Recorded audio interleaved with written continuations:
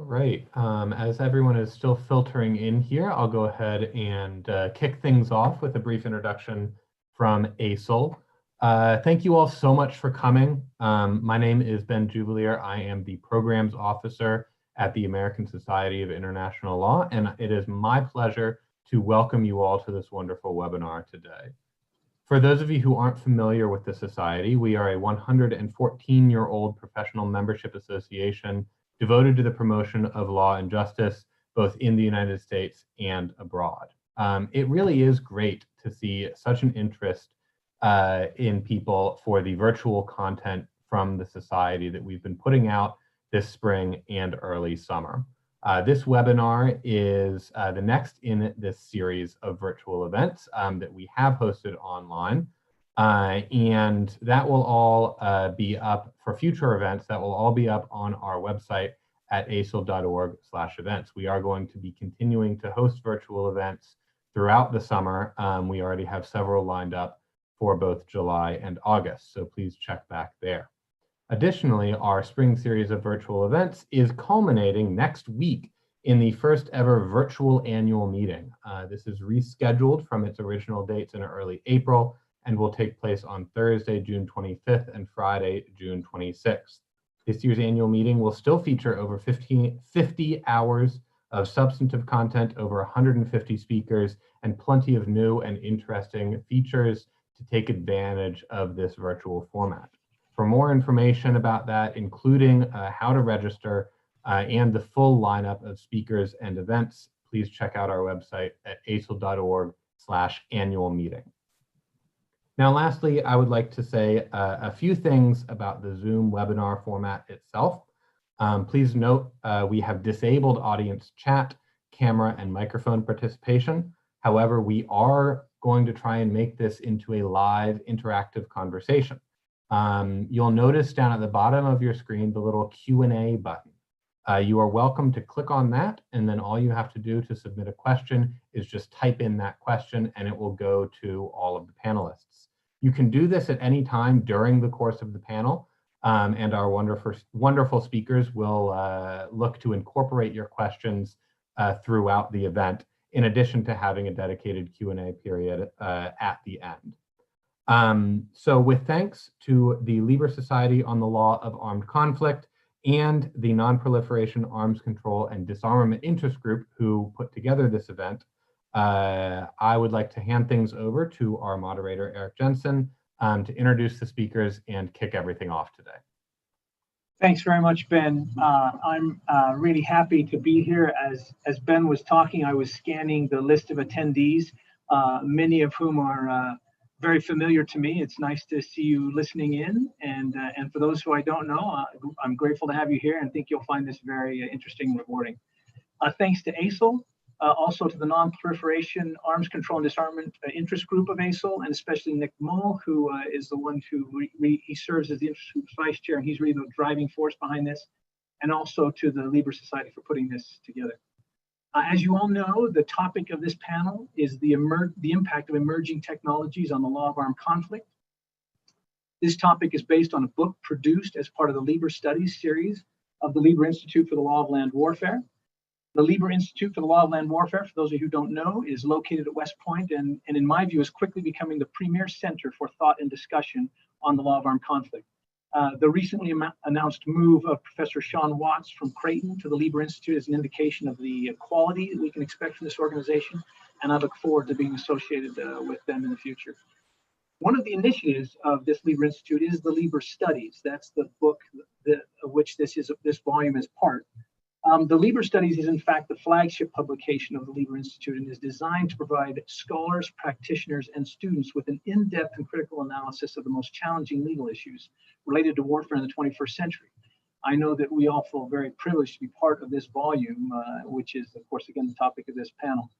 The volume is titled The Impact of Emerging Technologies on the Law of Armed Conflict, and the intent of the volume is to explore critical questions such as states continue to develop and exploit new technologies, how will the law of armed conflict address the issues these technologies raise on the battlefield? Or is existing law sufficient to regulate these new technologies, such as cyber capabilities, autonomous weapon systems, and artificial intelligence? have emerging technologies fundamentally altered the way we should understand concepts such as the law of war, precautions, and principles of distinction? As Ron Alcala, who was my co-editor, and I were looking for contributors to this volume, we were very pleased to be joined by a number of superb academics and practitioners, including my three guests today. I know all three of these great panelists are known to most of you, so I will not take time to introduce them other than say that Professor Laura Dickinson is the Oswald Simister Colclough Research Professor of Law at the George Washington University Law School and a former special counsel to the Department of Defense General Counsel. Professor Lori Blank is a clinical professor of law and the director of the International Humanitarian Law Clinic at the Emory University School of Law, one of only 4 such clinics I know of in the entire world.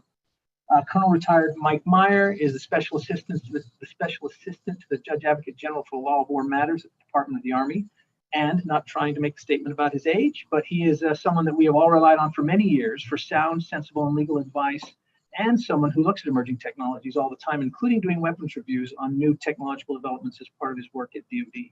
So we have a great set of panelists, and I'm looking forward to what they have to say.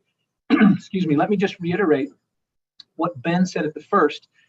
We are really anxious to see your questions and to involve you in the discussion. So please insert your questions using the Q&A function that you will have on your screen. And let me start with one question. First, let me just ask the panelists, what is it about this subject of emerging technologies that attracted you to want to write in this volume? And let's just go with Laura, and then Lori, and then Mike. Great. Thank you, Eric, for that introduction. And thank you for that. I've long been interested in how changes in how armed conflicts are fought affects the law and whether the law can adapt, whether that's the rise of non-state actors, terrorism, privatization, and the use of new military technologies. And I think it's really important to see how the law of armed conflict can respond to new challenges. Excellent. Lori? Let me also add my thanks to everybody here, and nice to get a chance to be together discussing this topic today, even if we're together in a separate manner.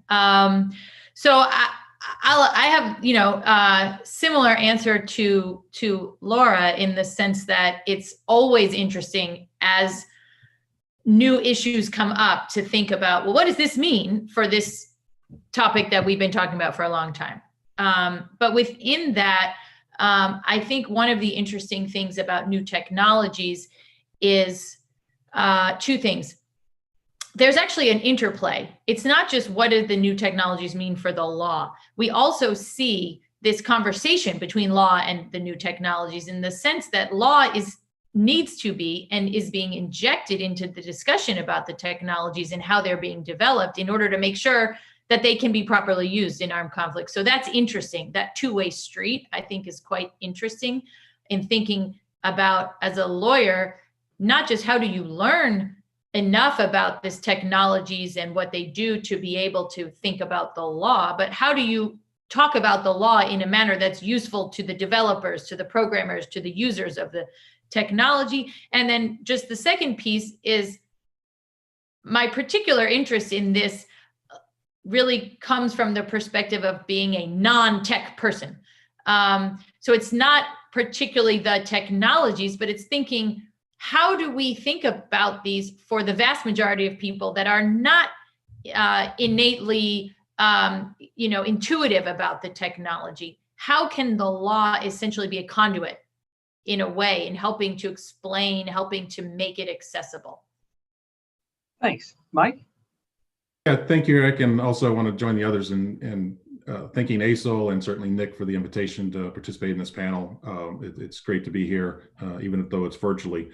I think for me, being drawn to this topic, it's similar to Laura and Lori both. I started with this back when I was still at the State Department in my former job, as I was the head of the delegation for CCW, as we started the discussion with respect to lethal autonomous weapons back in 2014. So, I mean, in distinction and one of those issues were one of the main topics that were discussed in the early stages. And importantly now in my current role in the Army, is doing legal reviews of, weapons, I get lots of questions from the field and others, and certainly from developers about new technologies. And in particular, I get a lot of questions about sort of off-the-shelf technologies, when you get into smaller, drones and different aspects, questions can we use these, and how can we use them, and different aspects. So I think that's what sort of drew me to this topic. Excellent. Let me just flash the book so everyone can see it. This is not the paid advertisement, but each of you provided a chapter to the book. And Mike, let me start with you. Your chapter really focused on distinction. Why that? Walk us through kind of some of your thoughts with respect to your chapter. Great, thank you, Eric. Again, it goes back to sort of my comments just a few minutes ago. Is the principle of distinction. My topic was emerging technologies and the principle of distinction, sort of the blurring of lines between combatants and civilians. And when you get into the principle of distinction, again, there's an obligation, obviously, for parties to the conflict to distinguish between combatants and the civilian population, and also to distinguish between military objectives and, civilian objects and protected persons and places. There's Jeff Korn talked about this in one of his articles, where he talked about, there's sort of the first part is this active component where you have to, distinguish yourself between combatants and civilians, but there's also a passive component to that, which is the obligations of belligerents to distinguish themselves from the civilian population. So my paper looked at sort of the questions surrounding three particular technologies. I looked at UASs, unmanned aerial systems. I looked at lethal autonomous weapon systems, and then cyber capabilities. And without going into too much detail, because I don't want to take too much time, I'll just use one example, which was sort of the unmanned aerial systems. Again, they're essentially treated as aircraft, and so they're required to distinguish themselves from other civilian craft by carrying exterior markings. But as we've seen, they're getting smaller and smaller and smaller. So even if you mark them, for all practical purposes, it's still unobservable in flight. So how do you distinguish between a military smaller unmanned system versus a civilian one? And I think it was an article Ian Henderson wrote was, will customary law sort of adapt and change as we have these smaller UASs? Will they still continue to be marked? So I think that's sort of a brief overview of what I looked at in the paper.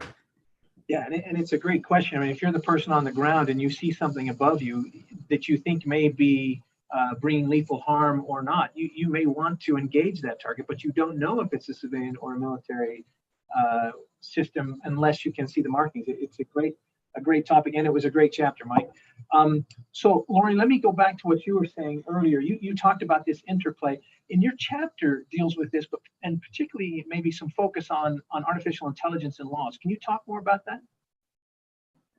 Yeah, so there's one of the things that has really interested me in the discussion about laws, which inherently it's interesting that we call lethal autonomous weapons by the acronym laws. I love that. One of the things that is so interesting. Mike that thought that up, by the way, when he was there at the right. end. That's probably Mike can play for that.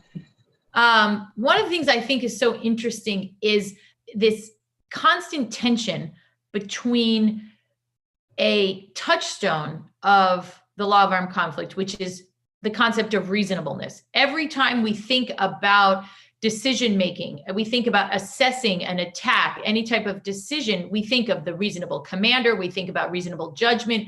We use the word reasonable. And that's, of course, because of the nature, for many reasons, but inherently the nature of hostilities, the nature of war, the nature of conflict is chaotic, right? We think of the fog of war, all these different bits of information flowing around. And so you can't have a strict liability standard. It wouldn't make sense. And we think about the idea of law as a methodology.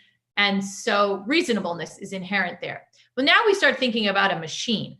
And when I think about a machine, I expect it to do what I bought it to do, right? So again, as the not very techie person, when I think of a machine, my first thing that came to mind was a calculator. Pretty simple, right? They've been around for a long time. But I expect that every single time I type into that calculator, the digits that I wanted and the math function that I want to use, the answer is going to be correct every time. Otherwise, I might as well just do it myself on a piece of paper. Because if I do it myself on a piece of paper, I'm going to get it right most of the time. I'll make a mistake every once in a while. That's what I expect from a human brain. So this interplay is fascinating to me because what does it mean for the law? It's equally fascinating in terms of what does it mean as we think about developing and using machines, and by, including artificial intelligence and machine learning. And I think it's really interesting because one of the things I think that interests me across many topics is, what does a current issue mean down the road for the law, right? We like the way the law works, or we expect it to do a certain thing, but then we start to push and pull and tug on it with certain issues. Is it going to look different down the road as a result?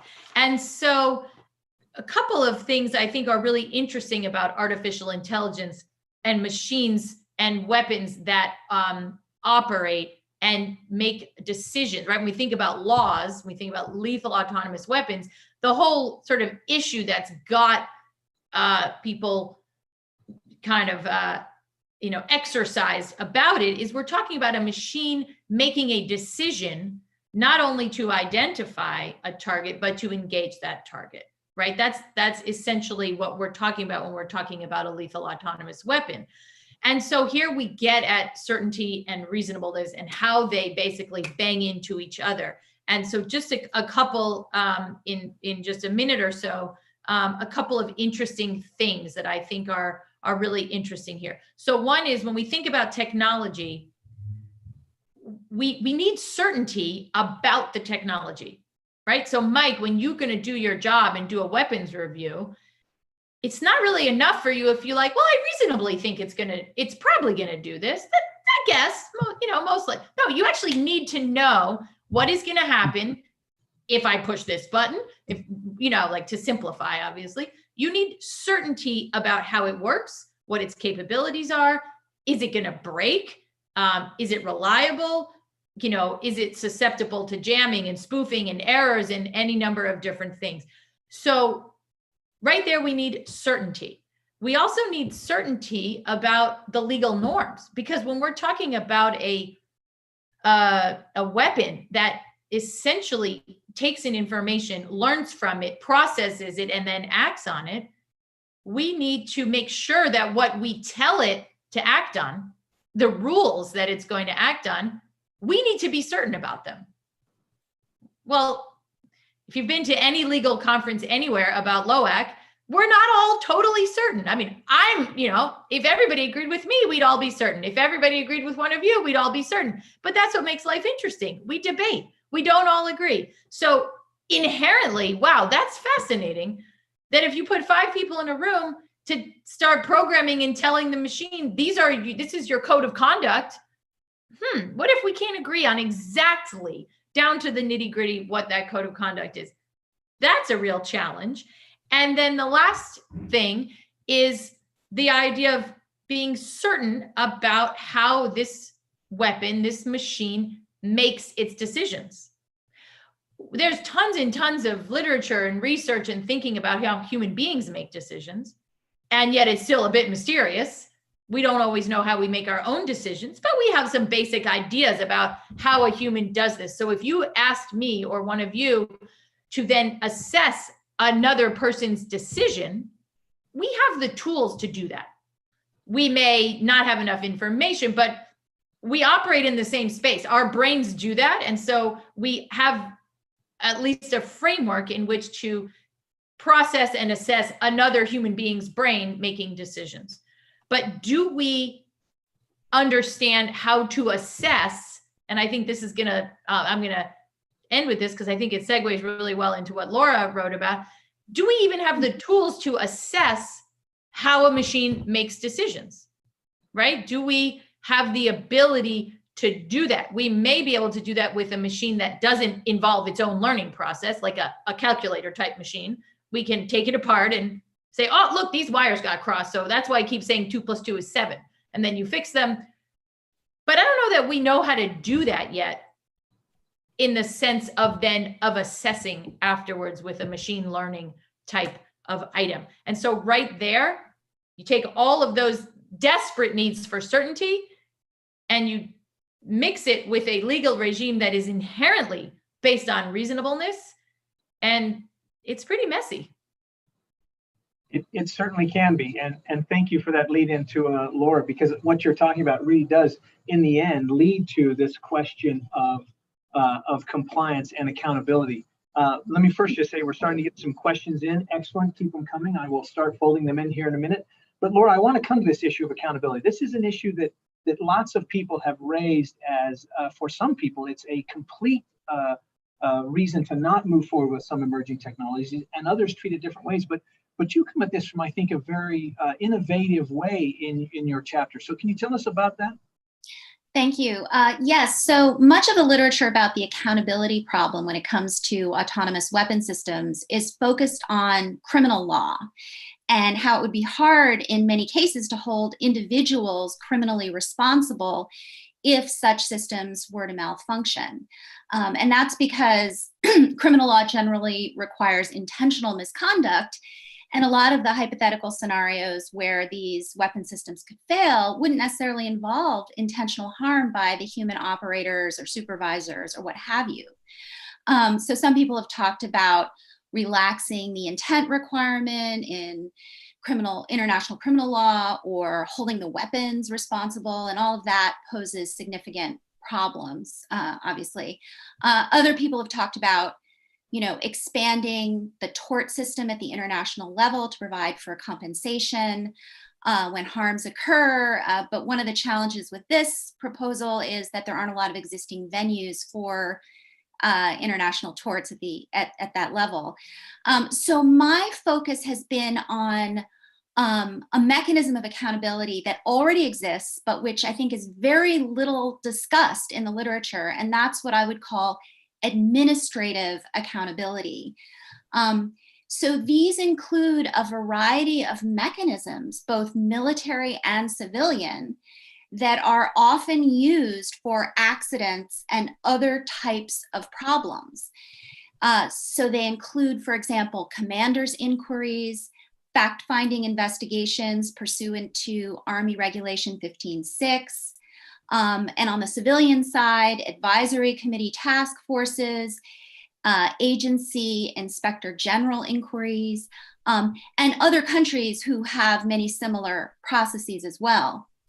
And although these mechanisms of accountability don't lead to criminal sanctions, they do result in serious investigations and often carry non-criminal sanctions for individuals, as well as prospective reforms for organizational actors.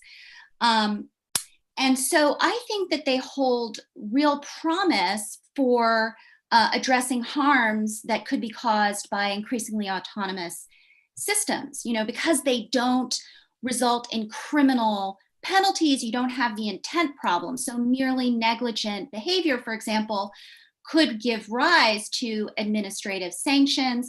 And of course, they have the virtue of being in existence, unlike the tort proposals.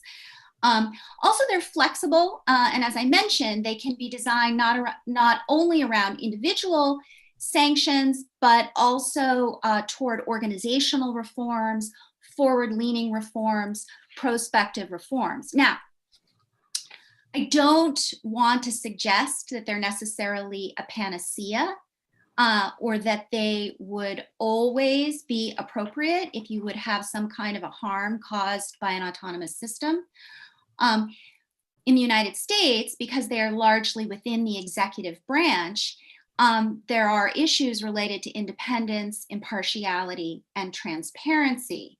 For example, some critics of the commander's inquiries in the 15.6 process, like Eugene Fidel, have said that there should be more transparency in these processes, or that the disposition decision, that is the decision whether you stay in the administrative side or push it into the criminal justice process, should be taken out of the chain of command. On the civilian side, I think There's more work to be done to protect independence and impartiality of these processes, transparency of these processes. Certainly, one could argue for greater protections for inspectors general at the agency level in the United States. But I think it's a really important area of accountability that just doesn't get talked about in the literature very much. And it's a really good fit, I think, when we're talking about the kinds of potential harms or problems that AI systems could cause. Yeah, Laura, I mean, I think that's really great. And certainly you're not trying to diminish the role of individual criminal liability, but this administrative process is going to be able to fix the problem from happening again, right? I mean, there is a role for trying to punish, if necessary, someone who, or something that does a harm, but there's also, we don't want that to happen again. And that administrative process may be even more responsive to that need, right? Yeah, I'm not suggesting it's either or. And if you have intentional harm, yeah, you have a criminal justice process that should be used. It ought to be used. But when you have that gray area type situation, I think we run into problems if we talk about relaxing the intent requirement in criminal law and putting people in jail for things that they didn't intentionally do. And so I think it's an important complement to that. Yeah. Yeah, excellent. I if you haven't read that chapter, everybody, you need to. It's a really interesting and thought-provoking chapter. Okay, so Mike, this now is all moving to this idea of accountability that Laura's talking about. I mean, let's back up for a minute and let's assume that I am designing some weapon based on some emerging technology, right? And there's going to be some process. It doesn't just go immediately from my head to some soldier's hand, right? What is the process? What are the legal reviews? What is it that keeps us from fielding what would be otherwise unlawful weapons? I mean, you do this daily. Can you walk us through that briefly? Sure, Eric, and again, the DoD acquisition process is sort of a labyrinth. So I'm not going to try to explain that because we have an hour and that way it would take us hours longer to do that. So I'm really going to focus sort of on the legal review piece of this and then talk about sort of the emerging technology aspect of it. And it's sort of an iterative process. You know, if you look at 3000.09, which is the DoD Directive on Autonomy and Weapons Systems, you know, it talks about sort of, you know, how you look at this with sort of these emerging technologies. My piece of this, the legal piece of this, you know, we do a review early in the process. You know, right before you begin formal development, we recommend that there's a legal review to make sure before they start, you know, what they call bending metal and starting, you know, investing money and starting to build something, that it really is a good idea to do this and it's going to comply with the law. So at that point, you know, the legal review has a set sort of questions. And for the United States, because we're not a party to additional Protocol 1, you know, we look at sort of 3 specific questions when we're beginning to do the weapons review. And the first is, you know, is there any sort of specific law, whether it's a treaty obligation or something viewed as customary international law that prohibits or restricts the use of the intended weapon that you're about to develop? So if there's no specific restriction or prohibition, then you look at— Mike, this might be something like a treaty obligation with respect to chemical weapons or biological weapons. Exactly. Okay. Right. Yeah. So you look at what existing laws out there, and if there's a restriction, you know, Convention on Cluster Munitions, you know, and landmine protocols, you know, those would be treaty restrictions. So if there's no restriction or prohibition, the second thing you look at is whether the weapon's intended use is calculated to cause superfluous injury or unnecessary suffering. So that's the second question that you ask. And finally, the third question is whether the weapon is inherently indiscriminate. So Mike, let me interrupt you one more time. There's been much made about that word calculated in the second question. Can you give us just a little more detail on that? Well, again, yeah, so I'll try to walk through that, I think, as I can when you get into the superfluous injury piece. Okay. So I will touch on that. I just wanted to quickly go through sort of for our AP1 parties. You know, if you look at Bill Boothby's book, you know, he talks about weapons reviews in there, and they ask, you know, 2 additional questions. The one question deals, of course, with whether the weapon is intended or maybe expected to cause widespread, long-term severe damage to the natural environment, which is an AP1 requirement. And then the second question is we look at this, but it's not part of our formal one, but we do address this, is whether there are any likely future developments in the law of armed conflict that may be expected to affect the weapon that's subject to review. And I think for lethal autonomous weapons, I talk to my weapons developers numerous times. I go up and visit them twice a year. So they brief me on what weapons are being talked about. And that's always one of the questions. Where are we at CCW? What's going to happen? Is there going to be a ban? So that question comes up. So I think when you get into the prohibition on unnecessary suffering, again, it acknowledges that, suffering in combatants is lawful and may include, severe loss, life and severe injury. But there's no agreed definition of what is unnecessary suffering. I think what you've come into is it really is, you look at sort of a balancing act of, what other weapons are out there, what are their effects, how does this compare to those types of weapons that are currently in our inventories. Sort of the test, I think Hayes Parks kind of came up with this back in the late 1980s, early 90s, was whether the employment of the weapon in its normal or expected use would inevitably cause injury or suffering which is manifestly disproportionate to its military effectiveness. So that's what you look at with a superfluous injury. Certainly with the inherently indiscriminate piece, it goes into the principles of distinction and proportionality. If it's going to violate those, then it's going to be inherently indiscriminate. So you look at what the planned uses are for the weapon. And this goes, I think, to Lori's point, you want certainty of what the weapon is going to do. So what were the planned uses? Is it going to be able to be used in compliance with the principles of distinction? We look at a little bit of proportionality, but again, proportionality mostly comes into play when the weapon is being used. And that's evaluated at that time by the commander at that point. But, we do look at this a little bit. And it's important to note that, there are a wide range of circumstances. You have to look at those where the weapon may be used lawfully before you declare it's inherently indiscriminate. I think we've talked about certain weapons are appropriate in certain circumstances. So you have to look at context to find out whether or not it's going to be a lawful weapon in that use. So that's sort of what we look at with respect to the weapons reviews. Okay, great, Mike. Laura, anything you want to add to that?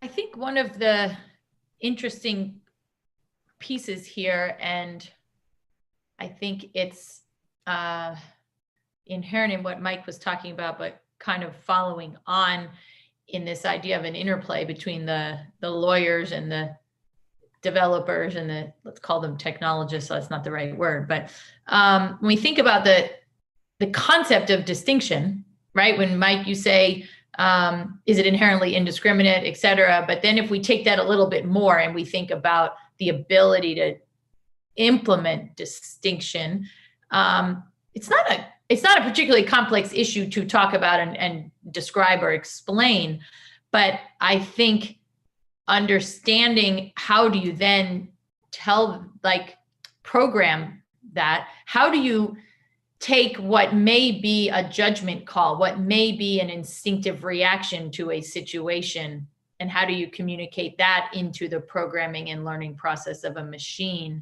I think is a really challenging question, right? So I think the initial question of inherently indiscriminate, I would imagine, hopefully that's one that can be hopped over pretty easily. But it's that next level of questions about distinction that I think are challenging, maybe not in the actual programming and maybe not actually in the human brain, but somewhere in that conversation between them. And I think that's a really interesting space. Well, this goes to a question that one of our audiences raised. Rizwanul, who I hope I'm pronouncing that right, says, as one panelist has alluded to this, and I think Lori was talking about you,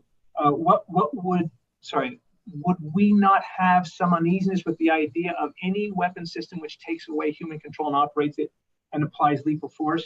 Or in other words, could we expect human-like reasonableness from machines? mean, I think that's exactly the kinds of questions you asked yourself and asked us to think about in your chapter. And Mike, this is a good question. Do you, in the weapons review process, do you think about that question? How, if there's a weapon system that must apply judgment, how would you work that out in your weapons review process? Do you want Lori to go first, or would you like me to go first? Yeah. Lori's shaking her head no, so I'll go first. I think it's important, Eric, and I think it gets to sort of the changing nature of how weapons reviews and weapons development is going to have to evolve as we get into these sort of emerging technologies. I think you need sort of the interplay of all the different experts, your weapon developer, the lawyer, other technical experts. I know there's discussion about, ethical considerations, the military considerations. So all of that has to, I think, come into play as you start to develop these systems. So you get to the point where Lori was mentioning that you start addressing these questions early. You ask those questions. I ask lots of questions of developers. What is this thing supposed to do? How do you ensure it's going to do X? So you ask a lot of these questions, and when you bring in these other groups of experts, because I look at it certainly from a legal lens, and that's my background. That's what I do. Ethicists and other technical folks will have different aspects, so you get all of them together, and I think that helps you address and answer the types of questions that need to be addressed before we field a certain weapon system. Is everyone has their expertise and their point of view, and you work that into the system before you get to the weapons being fielded. So you want those questions answered by the time we do the final legal review right before fielding. So that's why we do a preliminary legal review before you begin development, and then the second one before you field, to make sure that all the things the developers told us at the beginning, oh, it's going to be able to do X, Y, and Z, you get to the end and you ask them, does it do X, Y, and Z? And make sure that, through testing and the results and all the different evaluations, and so you have data to look at to make sure that it's going to do what they say it's designed to do. Yeah, great point. And this legal review is based on a lot of rigorous practical testing of those weapon systems. So it's not like you're just looking at it in a vacuum or on paper. There are some rigorous tests that are involved that you also look at to see that it is doing what it's been asked to do, right? Yes, we ask for all the reports. We go through, the different aspects of how they tested it. They show us the data that goes with that. So yes, it's a long process. I mean, the desire is, and the intent is, to make sure you don't get to the end. And as lawyers, the argument is we come in and say no. If you've spent hundreds of millions of dollars developing a system, and us as the lawyers have not engaged in that process early, and then we tell them no, we failed as legal advisors. I mean, so that's why we need to do this early and often, and make sure you don't get to the point where it's a no. Yeah. So we've got another question that is related to this as well. And this is from Felipe. He says, how do you see the legality of responding to a cyber attack with a kinetic attack and using a lethal kinetic attack to prevent an imminent cyber attack? Let me just expand this to give by sharing a quick experience. I was in Singapore delivering a presentation, and in the middle of this presentation, the whole audience was abuzz. And afterwards, they were just like thronging me with questions. And I thought, man, I really knocked that out of the park. Look at all this interest. Ends up, none of them were listening to me. They were all reading a statement that had been released during my presentation from the DoD, saying that the DoD believed they could respond to a cyber attack with a kinetic attack and vice versa. And at the time, this was one of the first statements DoD had made on this issue. I want to expand that even broader. I mean, we're talking about emerging technologies more generally. Do you see constraints, or is this approach that you can respond, that you're not categorized by the initial attack or the initial incident? You can respond with any of these emerging technologies, whichever you think is most tailored to deal with the situation. Laura, can you comment on that? Do you think that's the right approach? Laura, can you unmute there? Sorry. I mean, I think one of the biggest challenges is going to be the human-machine interface for these systems. And so I think I think we need to look at risk. And I think there's some of the biggest risks when we're looking at how humans are interacting with these machines. I don't know, am I answering your question? Yeah, so I think this human machine interface, I mean, I know that in the GG, and Mike, you can talk about this more, in the GE, the United States and several other countries have made statements with respect to the human machine interface and how that is one of the key issues with respect to a legal analysis of laws. I mean, I think that's right. Mike, you have anything you want to add, or Lori? No, I think the human machine interface is correct, because again, there are certain things we know that people do well, that better than machines, and there are certain things that machines will probably do better than people. You want that interaction. I think going back to sort of the question, can you respond, and how do you respond with this these sort of kinetic type of attacks? I think it comes into, are you comfortable with an autonomous system, responding on your behalf, or do you want to have input into that? I think that's where the question was going. Because I think one of the concerns is, it will, cause, wars to start. And, if you have autonomous systems engaging each other without sort of human intervention. So I think that's part of it. Great. Lori? Yeah, so a couple of things, I think, looping those last two questions together. If you think about these questions from the perspective of the law, if you anthropomorphize the law and actually give it an opinion about these things, the law of war, the law of armed conflict, actually, it doesn't really care how you get to the right answer in terms of the question about, do you need to have human control over the weapon or not?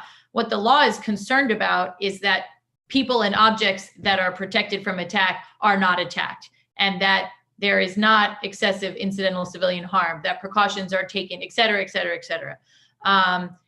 It's the result that matters, right? So if you think about it from the perspective of people, it doesn't matter if a soldier adheres to the law because he or she is afraid of being punished if he or she does not, or if because he or she is really gung-ho about following the law, or wants to do the right thing, or.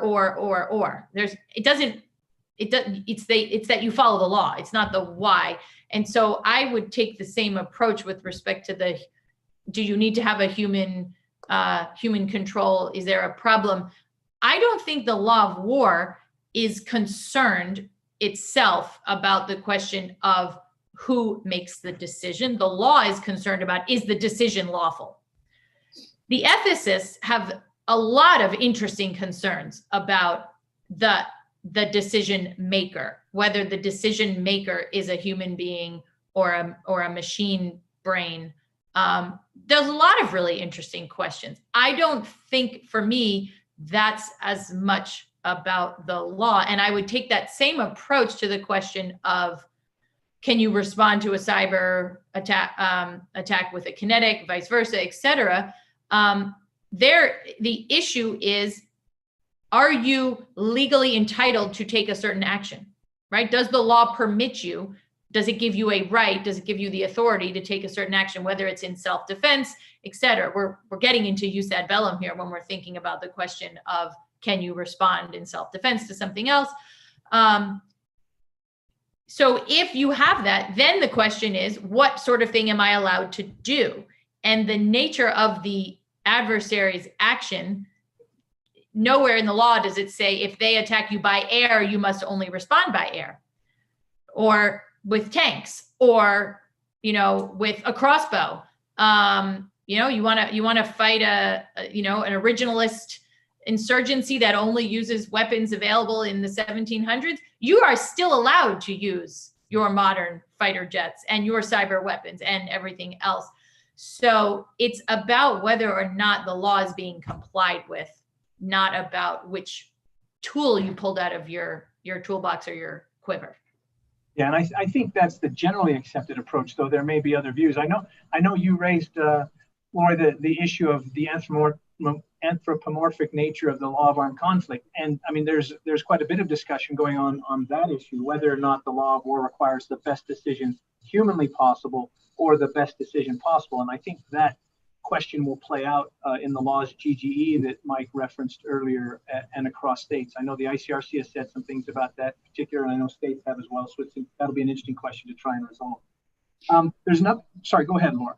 Well, I just want to say, I just want to come back to the human-machine interface, because I think, yeah, there are real challenges if there's no human involvement, sort of what the law allows. But I want to come back to the human-machine interface because I think that there are some really significant challenges there for the law, and challenges where the existing legal framework isn't really well designed for. And this goes back to the problems with the criminal law. I mean, a lot of the problems that you're likely to see, again, are not going to be those intentional harm situations, although you might have those.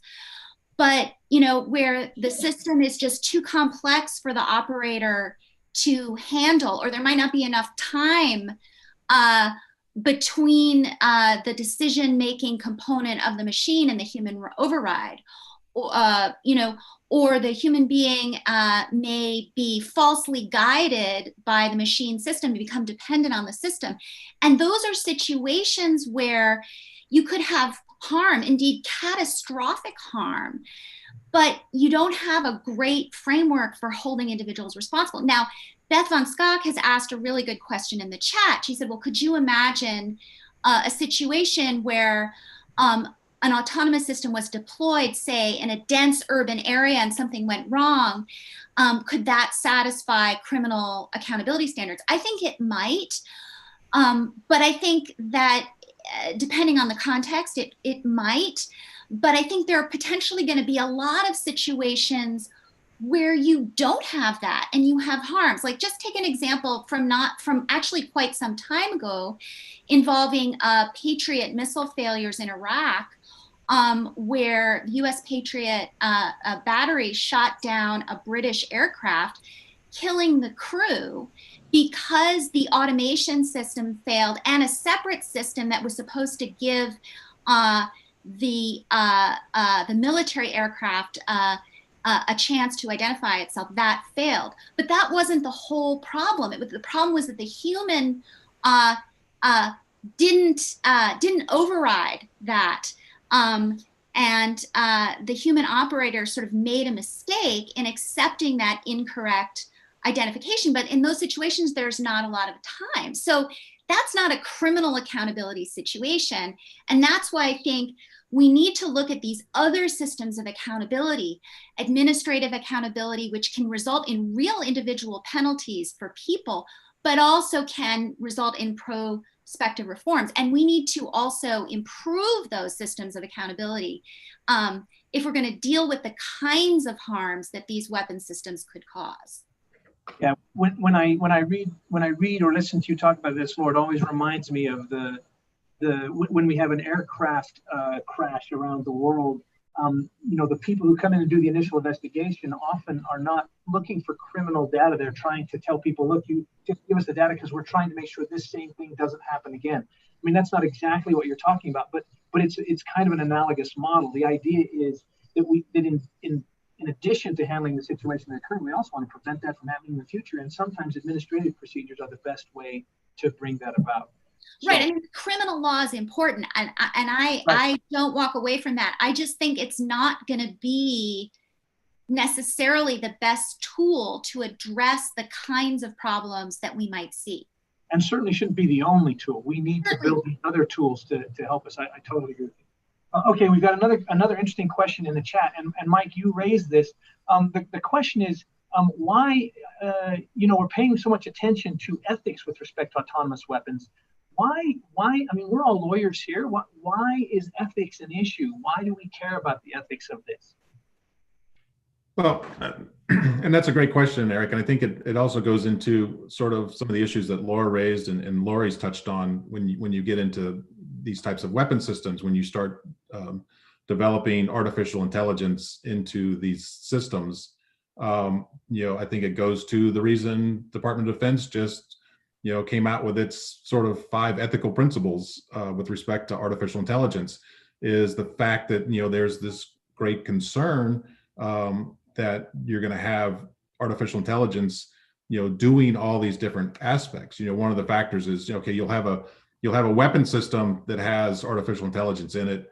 It's when you start getting these cascading effects. It's what happens when you have, ISR, surveillance reconnaissance system that's also with artificial intelligence. Data that's being based by artificial intelligence. You have these cascading effects of artificial intelligence making decisions, and then you get to Laura's point is, where do you find the human in this process as these systems begin to take and make decisions? So I think the ethical piece of that is a recognition that, you have these emerging technologies, you have this aspect, they're different than just, developing a new rifle or a new, firearm. I mean, it's just different. So you need to, I think, bring in some of the ethics piece of that. And certainly it was to also, DoD doesn't necessarily make all its own weapons anymore. We contract those out, and so you have companies that are working with us, and the ethical piece of that comes up in those discussions. Certainly I think the example would be Project Maven, and you get into Google and other aspects. So I think those are important considerations that the department recognized it needed to address, and I think that's why we have these AI ethics principles, and it does flow over, I think, into the weapons development itself. Yeah, and I think there's a point about this where you want to send soldiers, sailors, airmen, and Marines into battle with a belief that they are executing their mission ethically as well as legally, because they're eventually going to have to return to society, and they want to be able to feel like they have fulfilled their role, cloaked in the ethics and the law. So I think that's a great point. Laura. Yeah, I just want to add to that. Like, I think at the weapons development stage, I think it's really important to have interdisciplinarity in the sense that engineers need to understand the law and the issues there, because as they're designing the systems early on, it's helpful if there can be cross dialogue somehow so that they understand the potential for harm. Because I think this transcends the law of armed conflict. This applies to all sorts of AI systems that are being designed throughout our society, and that a lot of the problems arise when you have the designers sort of siloed off from those who understand the other kinds of problems that might arise down the road. Excellent. Go ahead, Laura. Yeah, so I just, on the same question of why has ethics been so important or taken such a lead role in the discussion, we sometimes, I think, either forget or skip over the fact as lawyers that law is how society places its ethics into rules. They are inherently linked together. And so many of the basic rules of LOAC were big ethical debates and big ethical questions just a long time ago, way before any of us were pondering and generations were pondering this. Think back to early rules when we I think probably all of us who teach in this area will start by saying the law of armed conflict, these basic principles have been around for millennia. You can find them in every cult, and fine, if you look back and you pull some rules on warfare from some ancient texts, they don't look like the rules we have today, but they are rules, right? Well, how did we get from a rule from a few thousand years ago that said when you sack a city, you can kill all the men, but you must enslave the women, right? That doesn't seem terribly humane, but it is a rule about how you conduct yourself in warfare. It has limiting principles to it. It was based on an ethical concept of what was appropriate. We've changed our ethical concept of what's appropriate over millennia.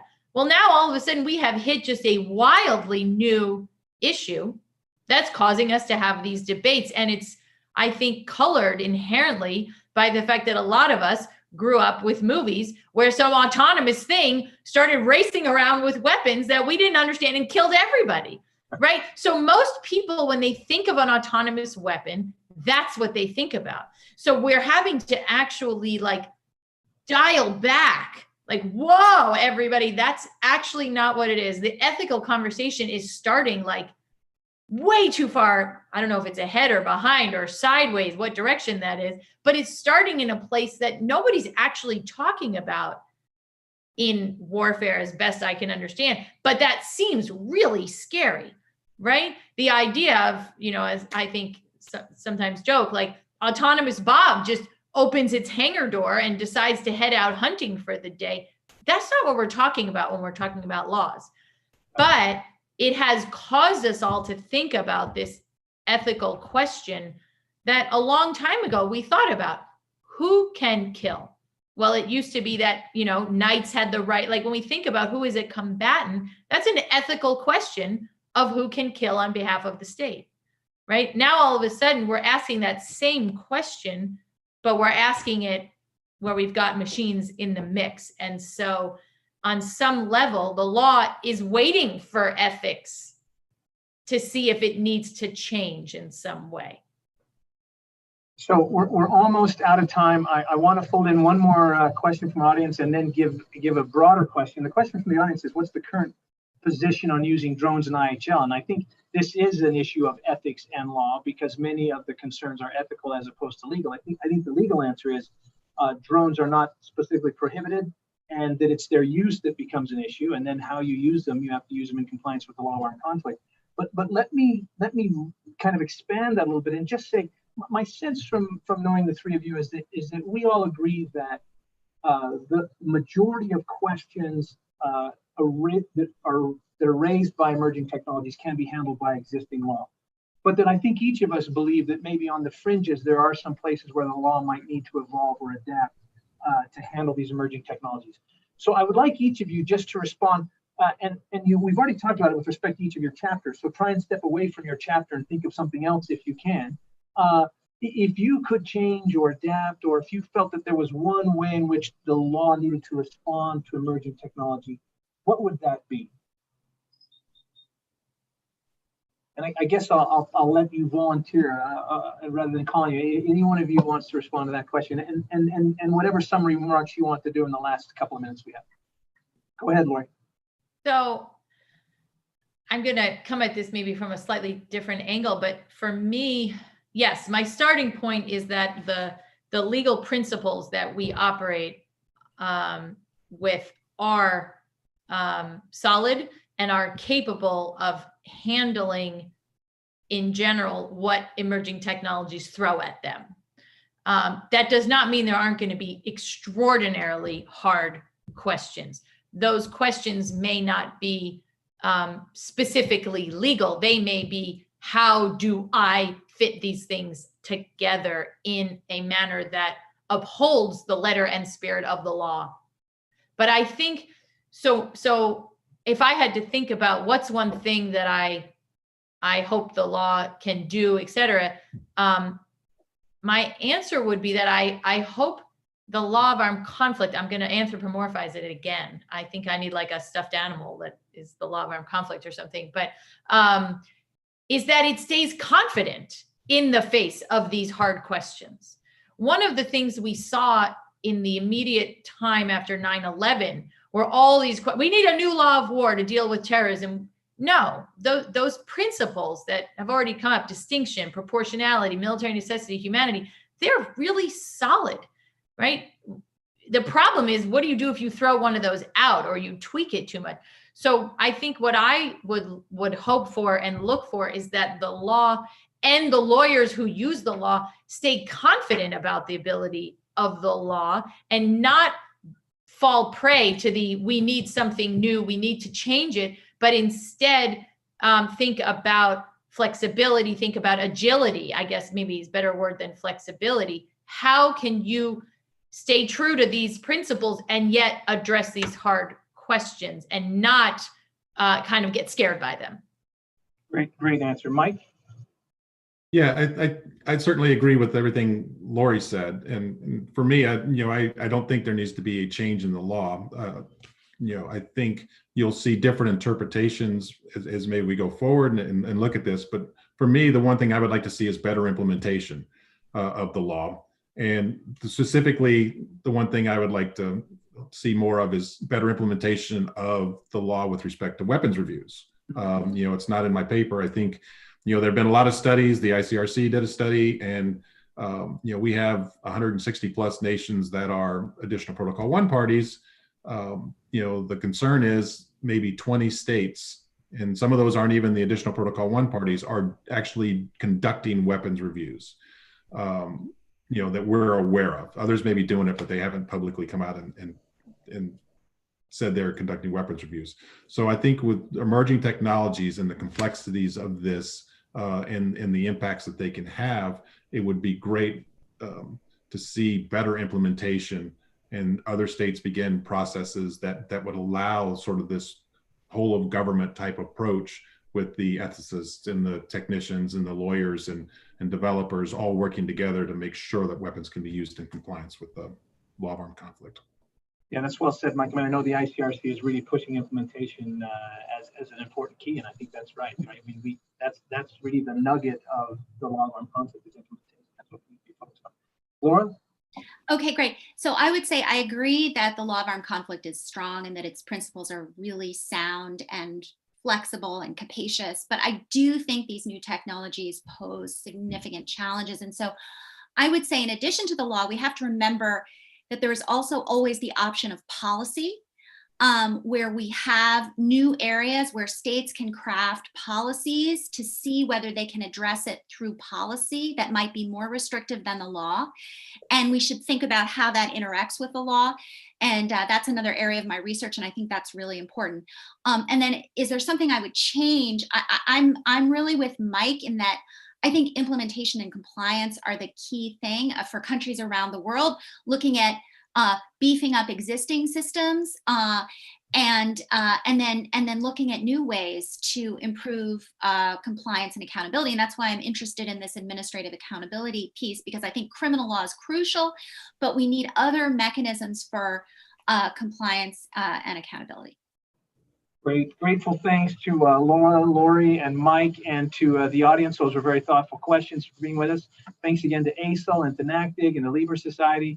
We're grateful to have had this opportunity to speak with you and look forward to speaking with you again in other forums.